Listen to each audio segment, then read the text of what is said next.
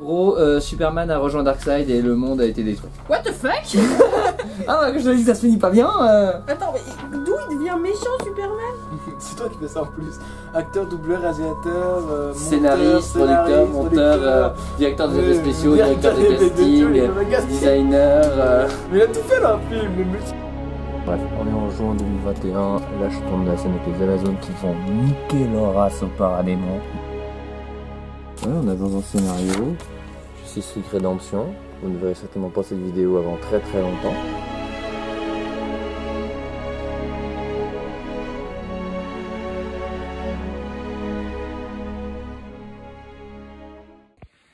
C'est ici que se trouve le studio d'Aurélien Film, qui en réalité n'est que ma chambre, hein, pour être tout à fait honnête. Mais enfin, ceux-ci qui ont été filmés la plupart de mes films. À l'heure où j'enregistre cette vidéo, ça fait plus d'un an maintenant que le tournage de Redemption est terminé. Ce qui fait que le studio en question a été démonté et rangé. Mais j'ai essayé vite fait de rassembler un petit truc, je viens de finir les reshoots de septembre. Donc, comme ça, je peux vite vous présenter un peu comment ça se passait. Donc, nous avons ici le studio en lui-même, ce qui est un empilement de plusieurs caisses sur lesquelles je construisais les décors. Derrière, j'avais le fond vert qui traversait toute la chambre. Là, le fond vert en question, alors il a déjà été mieux plié, on est d'accord, hein, mais enfin il va plus beaucoup servir en même temps. Le fond vert du coup était ici, et quand j'en avais besoin, je pouvais glisser le fond bleu derrière, enfin de devant le fond vert plutôt, qui servait pour toutes les scènes où j'avais besoin plutôt d'un fond bleu plus que d'un fond vert. Là j'ai l'éclairage, alors j'avais 3 lampes, les deux petites, une à gauche, une à droite, et la grande lampe faire la lumière diffuse sur la scène. J'avais à portée de main aussi, alors j'ai toujours la caisse, la personnage pas loin, le scénario bien sûr, et l'ordinateur sur lequel était le storyboard, que comme ça j'avais juste sous les yeux pour filmer le film. Ici c'est là que sont rangées habituellement les différentes pièces pour les constructions des décors. Alors là les caisses sont sorties pour former le studio, mais normalement elles sont rangées ici, toutes triées, plus ou moins triées, on s'entend. Là j'ai plusieurs éléments de décor qui sont rangés, le manoir Wayne, plutôt l'asile d'Arkham Manoir Wayne. Ici j'ai d'autres éléments comme la chaise de Métron, il y a notre cher ami aussi Killer Croc, ce bon vieux Griffon et ce véhicule que j'ai construit spécialement pour le film que j'appelais le Wild Truck. Le nom est un peu pourri, je sais. Mais c'est celui qu'on voit au début où ils viennent libérer Hal Jordan, puis qu'après on revoit aussi pendant la scène de la bataille du hall de justice. Là c'est une caisse avec plusieurs éléments différents de l'univers d'ici. J'ai la moto d'Harley Quinn, j'ai une voiture de police de Gotham City, j'ai un des lanternes, il y a le bat-signal aussi, oh, qui est cassé, mais voilà, le bat-signal. Et différents autres trucs comme l'armure de Mr. Freeze qui n'a malheureusement jamais servi. Et là c'est plutôt tout ce qui est technique. Donc j'ai les câbles, j'ai une lampe qui ne marche plus, j'ai la caméra, enfin le caméscope avec lequel j'ai filmé les making of. Il y a aussi mon ancien trépied. Ça c'est le trépied que j'avais avant quand j'ai filmé les Seigneurs des Anneaux et les Eragon. C'était avec ce trépied là, alors qu'il était assez pourri, hein. Il glissait, les jambes ne se tenaient pas très bien et voilà, ce qui donnait des mouvements très aléatoires. Et finalement, on a les derniers éléments de décor là-haut. Les dragons d'Eragon qui surveillent tout ce que je fais depuis. Voilà.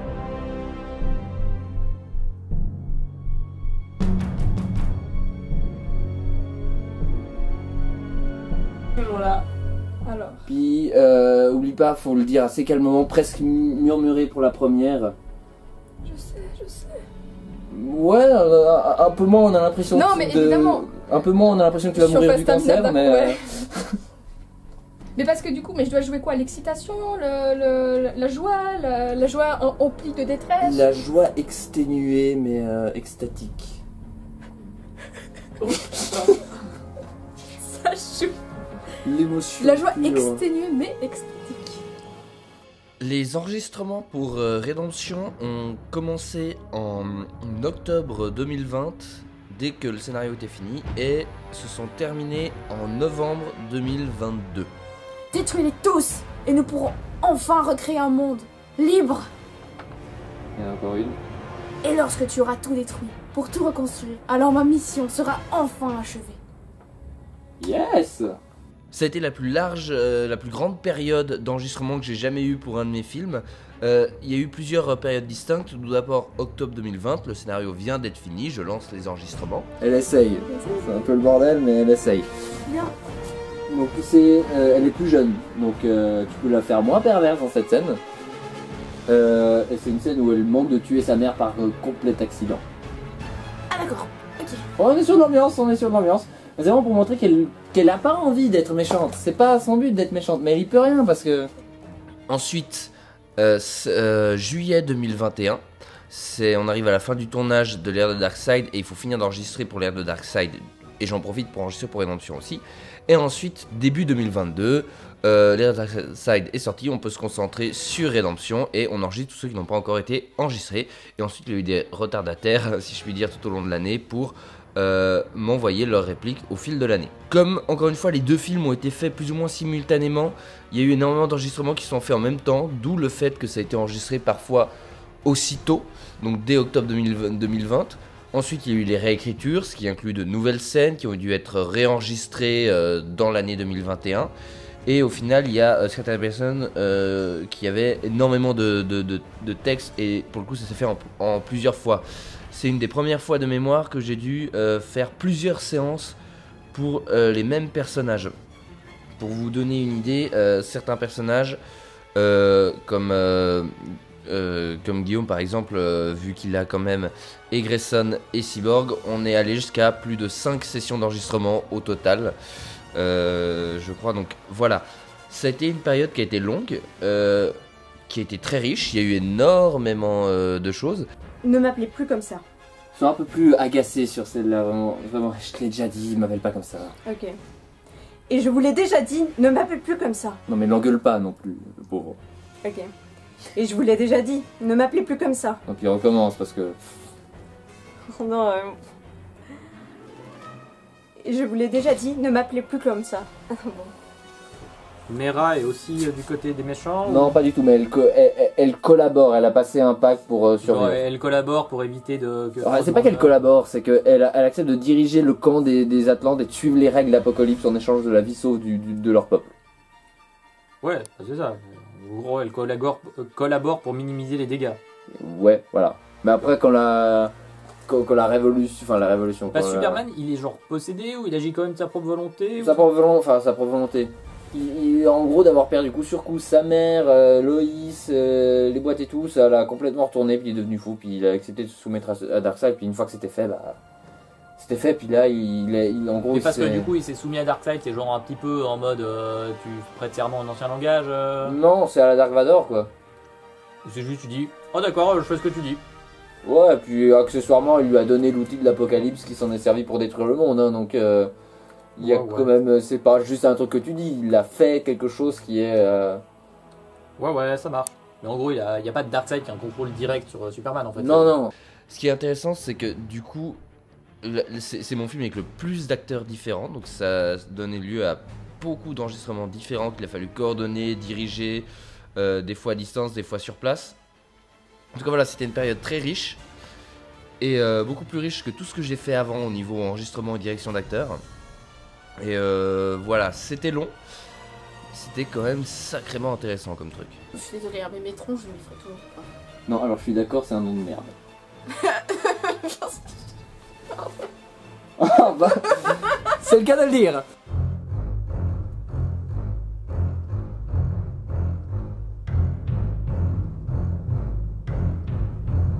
Alors, pour ce qui est des costumes, comme il y a un ton et un style très différent entre ce film et les précédents, la plupart des personnages ont dû subir un relooking pour s'adapter au nouveau film. Cette fois, c'est du post-apocalyptique, on est du coup pas dans le même style. Certains personnages ont gardé les mêmes costumes. Flash, par exemple, comme il revient directement du film précédent, techniquement, il a pas fait de pause entre les deux. On le voit partir en courant dans l'ère de Darkseid et paf, il arrive dans Redemption. Du coup, il a exactement le même costume, qui était son costume de quand... son costume des 7 Justice League de 2017.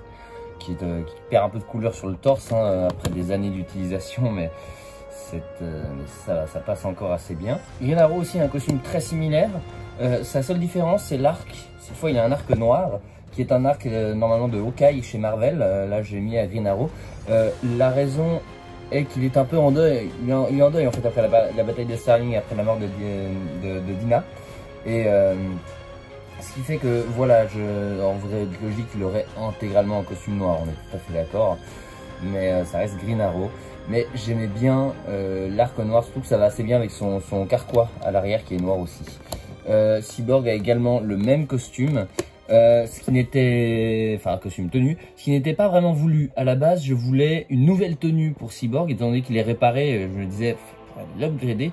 Je n'ai malheureusement pas réussi à trouver une figurine Cyborg et à en acheter une à temps pour le tournage. Il a du coup exactement la même tenue, c'est un peu dommage. Constantine, exactement la même tenue, figurine achetée sur eBay. Pour ce qui est de Barbara, alors elle a la même tenue à l'exception de la cape. Alors là c'est la même cape que dans l'ère de Darkseid, qu'elle porte aussi à la fin pendant la bataille d'Apocalypse. Il se trouve que pendant le reste du film, notamment la bataille de la contre-offensive, elle a une cape brune.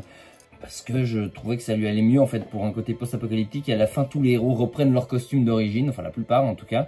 Et c'était du coup logique qu'elle reprenne sa cape jaune habituelle. Mais j'aime bien aussi avec la cape brune. Et pour ce qui est de son costume apocalyptique, donc avant qu'elle reprenne le costume de Batgirl, quand elle fait que vivre dans l'apocalypse, voilà le costume. Et voilà ce qu'il en reste. Il se trouve que premier jour de tournage avec ce costume, j'arrive à faire la scène et vraiment à la toute dernière image de la scène, hop, le costume, la figurine se fracture comme ça. Alors, je revois un peu le planning pour repousser le tournage des autres scènes avec ce costume. Et j'en recommande un, c'est la figurine du nain Philly dans le Hobbit. En tout cas le haut, les jambes c'est autre chose. Et voilà, c'est plus des sets qui se trouvent, mais par miracle, j'ai réussi à retrouver une figurine en ligne et à la commander. Il se trouve que c'est une figurine que j'ai depuis 2012, donc 10 ans, donc elle a été sacrément utilisée, et bah voilà, ça s'est vu. Sinon ici, on a aussi Hal Jordan, Green Lantern, qui est en costume aussi de civil pendant une bonne partie du film. C'est le costume, et la tête aussi d'ailleurs, de Owen dans Jurassic World. C'est une figurine qui date de 2015, donc du premier Jurassic World. J'ai juste changé les cheveux pour lui mettre les mêmes cheveux que sa figurine de Green Lantern pour que ce soit raccord. Et voilà, j'aime bien les tons bruns, ça passe assez bien avec le côté post-apo, donc c'est pour ça que j'ai gardé cette figurine. Aquaman a un sacré relooking déjà parce qu'il a perdu une main et du coup il a ce magnifique crochet qui n'est pas vraiment un crochet, c'est plutôt une espèce de pince, enfin, je ne sais pas trop en vrai, mais le scénario il disait crochet en tout cas, donc voilà, continuez d'appeler ça le crochet. Très beau costume torse nu et un nouveau trident, vu que le précédent a été coupé en deux. Et il y a aussi toute une symbolique de ce n'est plus le roi, donc il n'a plus le trident du roi, tout ça. La figurine en question, elle fait partie des figurines surprises en fait, en paquet. DC Comics qu'il y a eu il y a 2-3 ans, je sais plus. Et j'ai passé du temps à tâter toutes les paquets figurines pour trouver celle avec Aquaman. Je savais que j'allais avoir besoin d'un costume différent pour Aquaman dans Rédemption, du coup. Voilà, j'avais fait tous les paquets pour essayer de la retrouver. Et voilà, du coup, notre cher Aquaman. D'ailleurs, une partie du costume, les jambes en tout cas, ont servi pour la figurine de Vulko qu'on voit dans l'ère Darkseid et aussi un tout petit peu dans Rédemption. Diana Prince, un costume très... On pourrait croire qu'elle n'a pas changé, mais en fait, si, le costume est plus sombre. Ça, là, pour comparer avec la première figurine, ça, c'est la figurine que j'ai utilisée dans l'Odyssée du Mal et l'ère de Darkseid, et ça, c'est la figurine de Rédemption. Celle-là, c'est la figurine du set Wonder Woman qui était sorti en 2017. Ça, c'est la figurine du set Batman vs Superman en 2016, qui était plus sombre, et je trouvais que ça allait bien du coup. D'avoir une figurine un peu plus sombre, ça allait bien avec la cape aussi, la cape bleue, la cape qui elle vient du film Wonder Woman, enfin du set Wonder Woman. Et enfin, notre grande star, le costume Nightmare de Batman, qui normalement va pour le Batman de Affleck, mais donc Bruce Wayne, mais voilà, on s'adapte. Même tête que d'habitude, Et pour quand il a son masque, j'ai mis une tête, la même tête que sur sa figurine classique du Batman Grayson, donc celle-là, mais simplement avec le casque d'Apocalypse, enfin du Nightmare, donc avec les lunettes et tout ça. Et bien sûr, finalement, comment parler de la Ligue sans parler de la star du film, notre cher ami Superman, le fameux Black Suit que beaucoup de monde ont voulu, que ce soit en film ou en brick film ou ce que vous voulez. J'avais toujours eu un peu envie d'utiliser, mais il fallait attendre le bon moment. Celle-là, je l'ai acheté sur AliExpress, sauf erreur, et je suis extrêmement content. Je trouve que le logo ressort bien, les reliefs du costume aussi, la cape est assez magnifique. Et voilà, le tout, je trouve que la figurine est vraiment belle. Et la dernière petite touche pour le costume de Superman, c'est l'armure qui vient d'une figurine de Zod, que j'ai aussi acheté en ligne spécialement pour l'occasion. Donc j'ai pas eu l'occasion d'utiliser le casque, mais l'armure qui est là autour, c'est celle que j'ai utilisée pour Superman à la fin, quand il se bat sur Apocalypse avec l'armure. Ensuite, pour les personnages secondaires, il y en a pas mal qui ont gardé leur costume de avant, notamment Martian Manhunter sous sa forme martienne, hein, il a un nouveau look sous sa forme humaine. J'ai pas la figurine ici malheureusement. Hawkman qui n'a plus d'ailes, il s'est fait couper les ailes, il s'est fait capturer pour pas qu'il puisse s'échapper. Firestorm a la même figurine aussi. Pareil pour Black Canary. Parmi les petits changements, on a Mera qui a du coup son look de reine maintenant, avec déjà une nouvelle cape pour démarquer un petit peu son costume de celui qu'on a vu avant. Et le trident refait qu'elle porte désormais. On a aussi, alors ça c'est intéressant, Harley Quinn. Alors, elle a une cape aussi normalement, hein, mais là je l'ai pas retrouvée. Elle a ses épées derrière le dos. En fait, ces épées, je les ai mises sur le tournage, au début du tournage, donc ça peut être rigolo. Et au moment de tourner la scène de la bataille du Hall de Justice, j'ai créé sur le moment du coup la storyline comme quoi Deathstroke mourait au combat et elle récupérait ses épées, elle les gardait en dos pour honorer son sacrifice et continuer son combat. J'ai créé vraiment cette storyline sur le moment, ce qui fait que j'expliquais du coup avec cette scène qu'elle récupérait les épées après la bataille du Hall de Justice. Elle ne pouvait donc pas les avoir avant. J'ai dû re-shooter certaines séquences qui se passaient avant où elle les avait, notamment la scène où elle vient avec Jack annoncer à Barbara qu'Alicia est morte. Elle avait, la première fois que j'ai tourné, elle avait les épées. J'ai dû refaire le décor, mais seulement les plans avec Harley. Donc j'ai dû refaire seulement les contre-champs pour enlever les épées. Et du coup, elle les a pendant la bataille d'Apocalypse à la fin. Et j'adore le look que ça donne d'avoir ces deux épées qui ressortent derrière, même si elles s'en servent pas. Je trouve ça assez joli. Ensuite, on a l'Amazon Ulip, nouveau personnage du film, qui est... c'est un costume, une figurine achetée sur AliExpress, pareil, qui est censée représenter Diana en fait quand elle est jeune dans le premier film et qu'elle s'entraîne. J'ai changé les cheveux, je crois que la tête c'est même la même. Et le bouclier, c'est un bouclier de Wonder Woman que je n'ai pas utilisé, qui date des sets Batman vs Superman de 2016. Moi j'utilise le bouclier de 2017 du film Wonder Woman. Et enfin on a ici la team des Green Lantern qui était venue en pack, que j'avais acheté là aussi sur AliExpress. Ils étaient tous ensemble et c'était très sympa. Ils sont plusieurs, il y a Gus Gardner, il y a Jessica Cruz, il y a John Stewart et les autres j'ai plus leur nom. Mais voilà, ils avaient tous des anneaux comme ça aussi qui sont magnifiques. Je les ai plus tous, hein, j'en ai perdu quelques-uns. Du coup j'ai utilisé les doubles des anneaux du Seigneur des Anneaux par en verre pour remplacer. Mais voilà pour le tour des figurines et costumes de Justice League Redemption.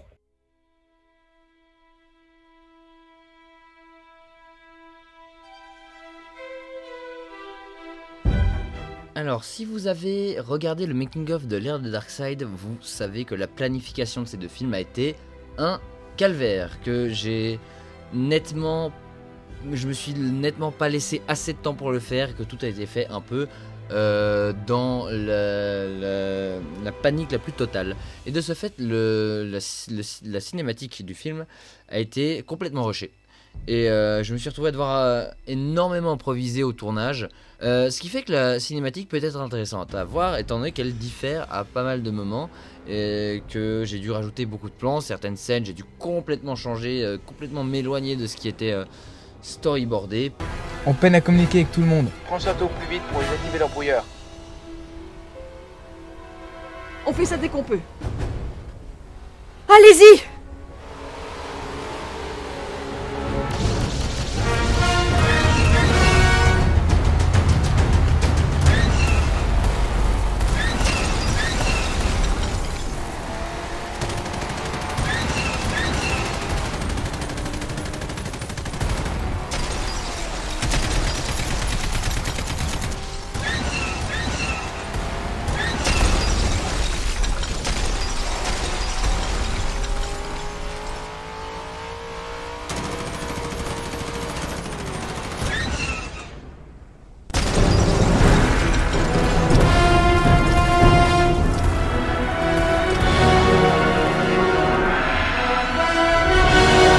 Pour finir sur la préparation aussi qui est très importante, c'est de réussir à planifier le tournage, à savoir quel décor je tourne quand. Je me fais généralement une liste, tous les décors qui doivent être construits, et dans quelle ordre je vais les tourner, et quelles scènes doivent y être tournées. J'ai pas suivi ça, hein, j'ai essayé de suivre le plus fidèlement possible. À un certain moment, j'ai commencé à faire un peu suivant mon humeur, hein, des fois ça c'est déjà arrivé. Ce qui était vraiment compliqué, c'était de réussir à planifier 2 films de cette taille en même temps, car certains décors sont réutilisés. Je parlais avant comme par exemple la Batcave ou le décor de Barry qu'on voit dans les 2 films mais dans 2 états différents, ou certains décors d'Apocalypse par exemple, ce qui fait que le combat entre Clark et la Ligue par exemple, Apocalypse a été filmé le premier jour de tournage, alors qu'on ne le voit qu'à la fin de Rédemption. Mais voilà, comme j'avais besoin de ce décor pour filmer la scène avec Steppenwolf qui arrive au tout début de l'ère de Darkseid, et ben ça s'est retrouvé à être tourné le premier jour. C'est un exemple des trucs qu'il fallait mettre en place, et la difficulté c'est quand il y a des réécritures, et il y en a eu 3-4 fois pendant l'intégralité du tournage. C'est une gymnastique de chaque instant de préparer un tournage comme ça, de savoir qu'est-ce qui va être tourné quand, de garder aussi une idée de qu'est-ce qu'on peut tourner quand. Et voilà, c'était un sacré défi, c'était fait un peu suivant ce qu'on peut comme on peut, mais voilà, au final on a réussi à planifier et lancer un tournage assez démesuré.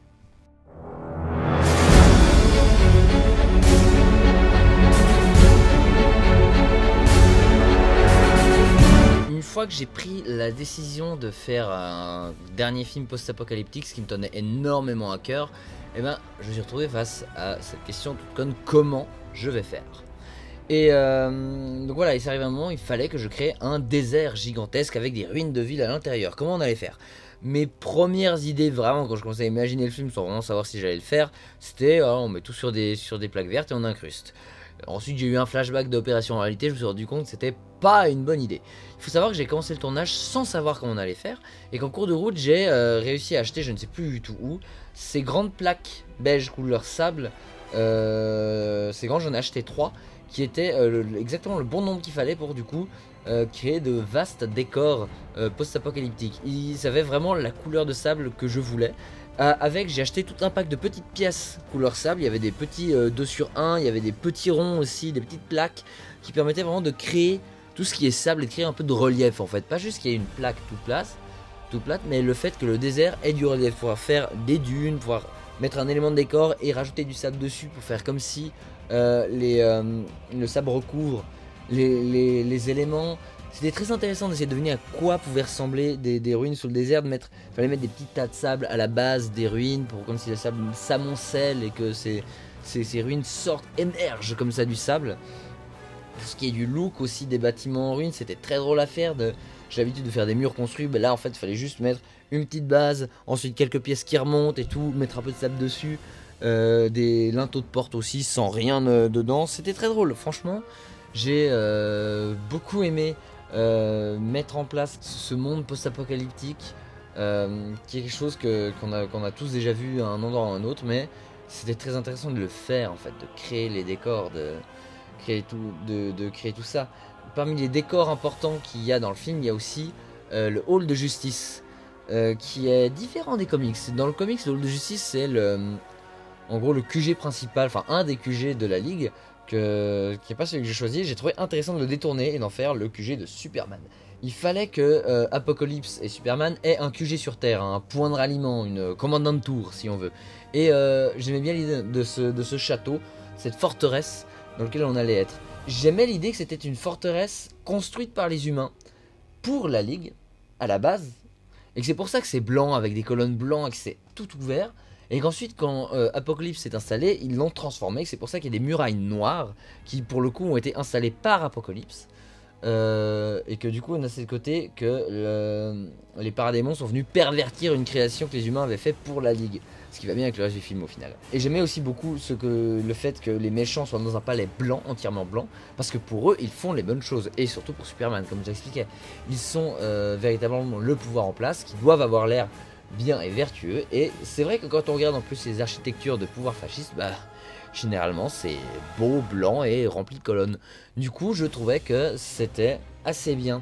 Pour ce qui est de la construction, en même temps, j'avais un modèle petit à petite échelle pour les plans larges et tout. Et ensuite, j'ai construit une version plus grande des murailles pour tout ce qui est la scène de la bataille où les véhicules tournent autour. Et ensuite, la scène du hall principal où Superman atterrit et tout, qui sont faits à part. Et il y avait des petits décors autour, comme la salle des communications, les prisons, etc. Un truc très rigolo aussi, c'était de reprendre des décors qu'on avait vus dans d'autres films, mais construits, et d'en faire des versions Apocalypse. Typiquement, il y a un décor que l'on ne voit pas dans le film, mais dans une scène coupée, c'est la Batcave. En fait, j'avais construit la Batcave comme ça a été tourné en même temps pour l'ère de Darkseid, la version normale, hein, construite et tout. Et une fois que j'ai fini de tourner les scènes de l'ère de Darkseid, hop, on détruit, on met de l'éclairage partout, on rajoute un peu de sable. Et c'est parti, et c'était très drôle à faire. C'était pareil pour l'appartement de Barry Allen qu'on voyait construit dans l'ère de Darkseid. Et qu'ensuite, paf, un petit coup de destruction d'Apocalypse pour faire la version de Rédemption. C'était très drôle à faire, mais un décor que j'ai trouvé très intéressant à refaire, c'est Philadelphie. Car vous l'aurez peut-être pas tous remarqué, mais le décor de Philadelphie qu'il traverse pour aller voir Billy Batson, où après il rencontre Oliver Queen, c'est le décor dans lequel il combattait le colosse dans l'Odyssée du Mal. Même endroit avec le petit parc au milieu, le petit temple où ils atterrissaient. Mais cette fois, à la place d'avoir des plaques vertes, ce sont des plaques couleur sable parce que bah, tout a été détruit, tout était un désert. C'était très drôle, j'ai repris les photos du tournage et dû refaire brique par brique. C'était très rigolo à faire, très amusant, très intéressant. Le QG principal de la Ligue dans ce film était aussi intéressant à faire. Il fallait que ce soit une cachette, une vraie cachette, hein, où Apocalypse ne pourrait pas le trouver. Du coup, cette fois on n'est plus dans un satellite au haut du ciel, on est vraiment dans une cave avec peu de lumière. C'est important pour moi qu'il y ait peu de lumière, qu'on voit pas très bien où on est. Pour faire vraiment ce côté, on est caché, il n'y a pas grand chose. En termes vraiment de pure construction de décor, il y a eu plusieurs, il y avait un grand décor qui incluait l'entrée, le poste de commande et le laboratoire derrière où ils reconstruisent Victor, avec en plus un petit coin avec des voitures rangées et la sortie du truc où il enregistre le message. Ça c'était tout sur un décor sur 3 plaques, il était assez gigantesque, je pouvais passer de l'un à l'autre suivant la scène, c'était super pratique. Et il y avait quelques autres décors qui étaient construits à côté, comme la morgue ou l'endroit où ils s'entraînent. Et voilà, au final j'aime beaucoup le look. C'est des décors assez minimalistes mais qui demandaient beaucoup de détails en fait dans les véhicules qui étaient, dans les personnages qui étaient en arrière-plan, dans les accessoires qui s'y trouvaient. Et voilà, c'était très intéressant à faire. Un décor que j'ai d'un côté adoré retrouver, c'est le camp militaire. Le camp militaire, c'était une grande star des films Eragon pour ceux qui les ont suivis. De grands passages du film 3 et 4 se passaient dans des camps militaires. J'avais un fonctionnement très simple, hein. Il y avait une muraille remplie de trous d'ailleurs, avec ensuite les tentes au milieu qui étaient faites de 3 planches l'une sur l'autre, et elle, on partait sur un camp militaire. Et du coup je trouvais super drôle de retrouver un nouveau camp militaire cette fois, et de pouvoir revisiter un peu les décors que je faisais pour le camp militaire. Et cette fois, parce que j'ai profité du coup pour améliorer un peu les visuels du camp, j'ai essayé de construire un peu plus les murailles. J'ai essayé de beaucoup plus réfléchir à comment les personnages construiraient le camp en vrai. Et du coup, je me suis dit, ils ramasseraient des morceaux d'une ville qui serait pas loin et ils feraient vite fait un truc. Avec genre des bouts de bois qu'on chope, hop, ensuite on retrouve, je sais pas moi, un toit d'une maison, hop, on le met, on essaye de vite fait lier les deux. Donc au final, ça fait une muraille qui est réaliste et fonctionnelle. Pour le reste du camp, c'était la même philosophie en fait. C'était mêler des éléments que les personnages auraient pu choper un peu à droite à gauche pour créer un camp. Donc il y a des ruines, parce que je me suis dit qu'en fait, ils auraient probablement choisi l'endroit en fonction, ils auraient trouvé d'anciennes constructions qui seraient là, un château, un camp, une ville, peu importe. Et ils auraient construit le camp par-dessus pour gagner du temps, vu que c'est une construction qui doit faire vite. Donc c'est pour ça que j'ai mis des petits éléments de décor qui sont au milieu. Et aussi parce que visuellement ça rend bien, ça fait un camp qui est différent de ce qu'on a vu avant, qui est un peu intéressant visuellement. Donc voilà, c'est plein de petits éléments que j'ai utilisés pour créer ce nouveau camp. Qui était très fun, c'était très fun de revenir dans ce type d'environnement après 4-5 ans après les Eragon, surtout pour le film final, donc voilà, c'était très fun. Et ensuite, le gros morceau niveau décor, c'est bien entendu Apocalypse. Encore une fois, ça a été tourné en même temps que l'ère de Darkseid, ce qui fait qu'en fait j'ai réutilisé ce que je faisais pour l'ère de Darkseid pour Rédemption. Certains décors ont été tournés, en fait j'ai tourné des scènes de l'ère de Darkseid et Rédemption en même temps, notamment la salle du trône de l'ère de Darkseid et surtout la scène à l'intérieur du palais où la Ligue combat Superman. C'est un décor que j'avais construit le premier jour pour l'ère de Darkseid, mais que du coup j'ai filmé du coup aussi le combat entre la Ligue et Superman ce premier jour de tournage pour réutiliser le décor.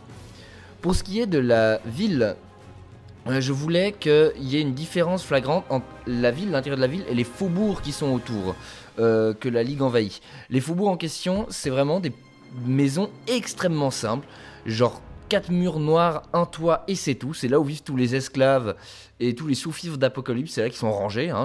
Donc fallait que c'est un look extrêmement simple et qu'il n'y ait aucun ordre aussi, que les maisons soient les unes sur les autres. Sans fenêtre, hein, parce que c'est vraiment des prisons. Et une fois qu'on est à l'intérieur de la ville, là on a des bâtiments qui sont plus grands, plus construits. C'est des casernes, c'est des usines, c'est des bâtiments plus imposants avec plus de pièces château fort. Entre les deux, il y a aussi les murailles qui sont un point extrêmement important d'Apocalypse. Les murailles, le premier élément des murailles avait été construite en 2020 pour la scène post-générique de l'Odyssée du Mal, en sachant que les murailles allaient être extrêmement importantes pour ce film. Donc pour Rédemption, les murailles, je voulais impérativement qu'elles soient hautes. Comme j'avais pas assez de pièces château fort, j'ai privilégié la hauteur à la longueur. Ce qui fait que pour les scènes du film qui se passe au pied, j'avais une section de 3 pièces de haut, qu'ensuite je dupliquais et je compositais l'image pour avoir l'impression que la muraille était longue alors qu'en fait c'était qu'une section à la fois. Toujours au niveau décor, l'autre décor extrêmement important de la bataille finale, c'est le palais de Darkseid. Là aussi j'avais une version miniature comme pour le hall de justice pour les plans larges, mais sinon tout allait se passer devant le palais sur un giga décor de 2 plaques, voire même 3 je crois, sur lequel il y avait les escaliers qui menaient au palais, les bâtiments sur le côté et la passerelle sur laquelle allait se passer tout le combat final entre Mirana et Grill. Tout ça était sur un seul décor. Le tournage a pris quelque chose comme 5 jours sur ce décor. Il était très complexe, il fallait qu'il ait de la place, qu'il ait de l'espace pour pouvoir se dérouler toutes les scènes d'action qui devaient s'y dérouler, qui soient complexes, qui soient raccord avec les plans larges.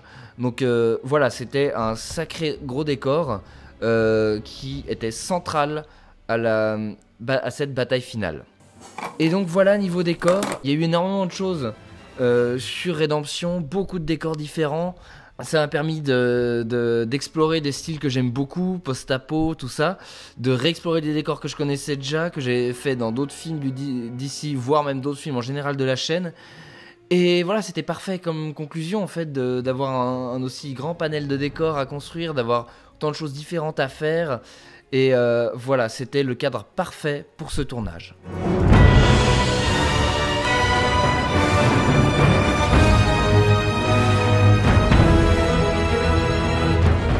Bah alors, tu me filmes mon beau fond vert, toi?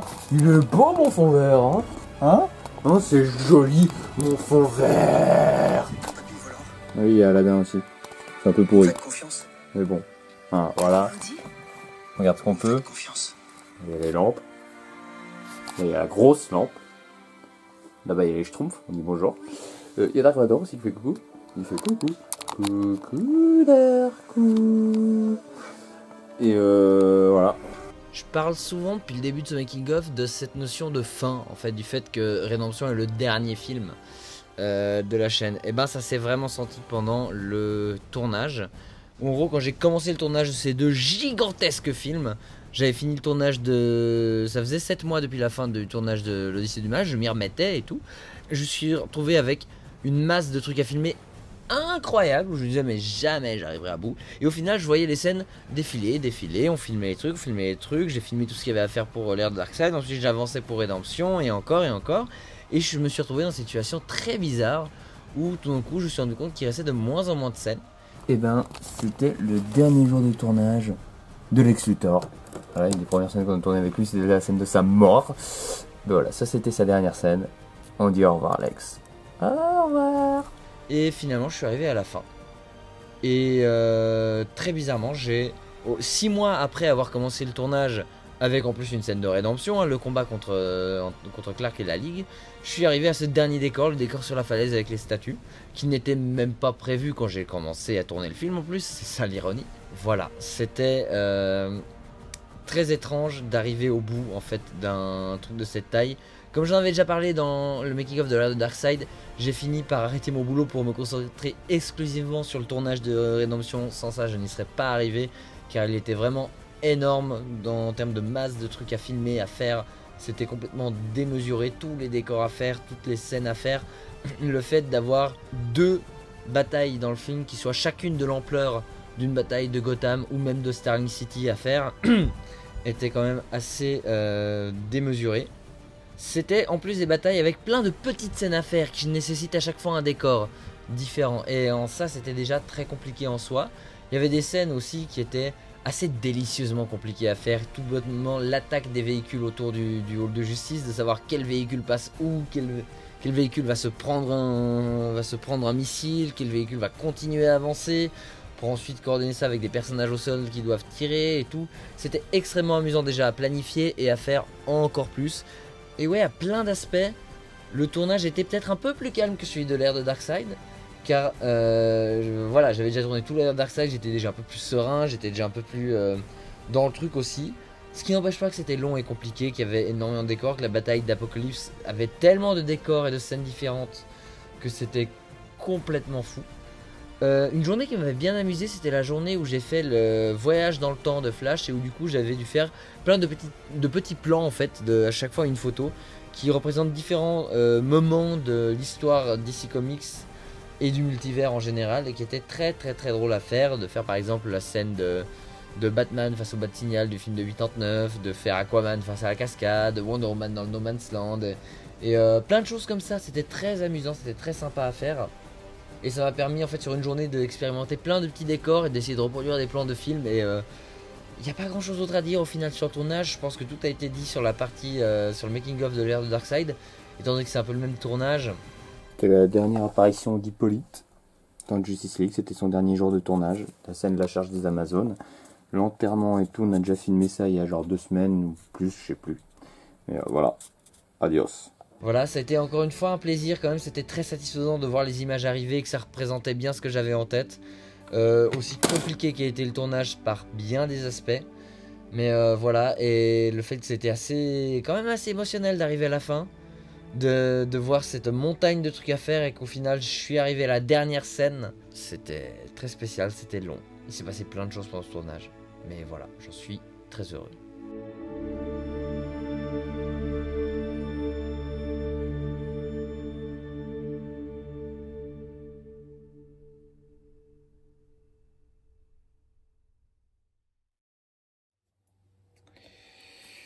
Bienvenue sur le plateau des reshoots de Rédemption. Là, on est au stade où je dois refaire, en gros, j'ai une nouvelle scène sur le décor du manoir Wayne. Donc j'ai dû reconstruire tout le manoir Wayne. J'ai un peu réarrangé l'environnement autour du manoir. J'ai rajouté un mur en briques. Parce que vraiment, je pense que c'est un truc qui manquait vraiment au premier décor du manoir. Il manquait vraiment des limitations de domaine, genre vieux château et tout. Donc ça a été rajouté, les petits éléments de manoir détruit et tout. Donc ça, c'est la dernière des 3 nouvelles scènes que je dois tourner pour ces shoots. Et normalement, dès cet après-midi, je retourne les éléments de la bataille finale qui doivent être retournés. Donc la devanture du palais et la première discussion entre Darkseid et Superman. Donc voilà pour le programme. Et voilà, on a nos deux acteurs qui répètent leurs scènes. Ils ont déjà fait quelques plans. Regardez comme ils sont photogéniques. Wow. De tous mes films, c'est la première fois pour Rédemption qu'on a dû faire des reshoots assez massifs. Comme je l'ai dit dans la section scénario, j'ai réécrit des scènes, j'ai rajouté des scènes pratiquement depuis le début jusqu'à maintenant. Ça a été non-stop rajouter des trucs. Alors la plupart je les ai rajoutés pendant le tournage, donc ça s'est filmé sur le tas, ça s'est rajouté au tournage principal. Mais j'ai également réécrit des trucs après la fin du tournage, c'est pour ça qu'on a dû faire des reshoots. Les grosses réécritures qui ont été faites, c'était début 2022, où en gros j'ai réécrit toute la fin me dérangeait en fait depuis le début, que je trouvais trop simple, trop rapide. Du coup j'ai écrit toute la scène de la dernière réunion, elle n'était pas du tout là à la base, je l'ai écrite à ce moment-là. Également la scène où ils utilisent les boîtes pour recréer le monde, ce n'était pas à la base, j'ai écrite début 2022. Et voilà, c'est plus une scène qui a été coupée avec un général de New Genesis que vous verrez dans les scènes coupées. J'ai écrit tout ça à ce moment-là. Il se trouve que également à la même période, donc début 2022, j'étais en plein montage, j'ai découvert certaines scènes dont les rushs ont disparu. Donc je ne retrouvais pas les rushs. Ce qui concerne une partie de la bataille finale, toute la partie devant le palais, en fait, entre le moment où Grail arrive jusqu'au moment où la Ligue attaque Darkseid, le plan séquence. Tout ça, je ne retrouvais pas les rushs, ils avaient complètement disparu. Ça a été filmé, je me souviens que ça a été filmé pendant le tournage principal, mais les rushs étaient introuvables. Du coup, j'ai dû retourner ça aussi, ainsi que vite fait la discussion entre Darkseid et Superman juste avant que la Ligue arrive. Ça aussi, c'est des rushs qui avaient disparu que j'ai dû refaire. Donc tout ça a été refilmé fin avril, début mai, 25 avril, 1er mai. Pour pratiquement toutes les scènes, j'ai dû recréer des décors qui avaient déjà été faits, et pas des petits décors, car c'était quand même la devanture du palais de Darkseid, qui était quand même un gros truc, ainsi que le Starling City en ruine, où il y avait la bataille, et où ils font le truc des boîtes. Donc voilà, tout ça a été filmé au final assez rapidement, entre le 25 avril et le 1er mai. Je ne m'attendais pas forcément à voir... J'avais des doutes. J'étais un petit peu heureux d'avoir des reshoots, ça me permettait de retourner sur le tournage, refaire des trucs, ce qui me rendait assez heureux. Et voilà, au final ça s'est fait en 5 jours. Et voilà, tout un tas de nouvelles scènes qui ont été tournées et intégrées assez rapidement au montage à ce moment-là.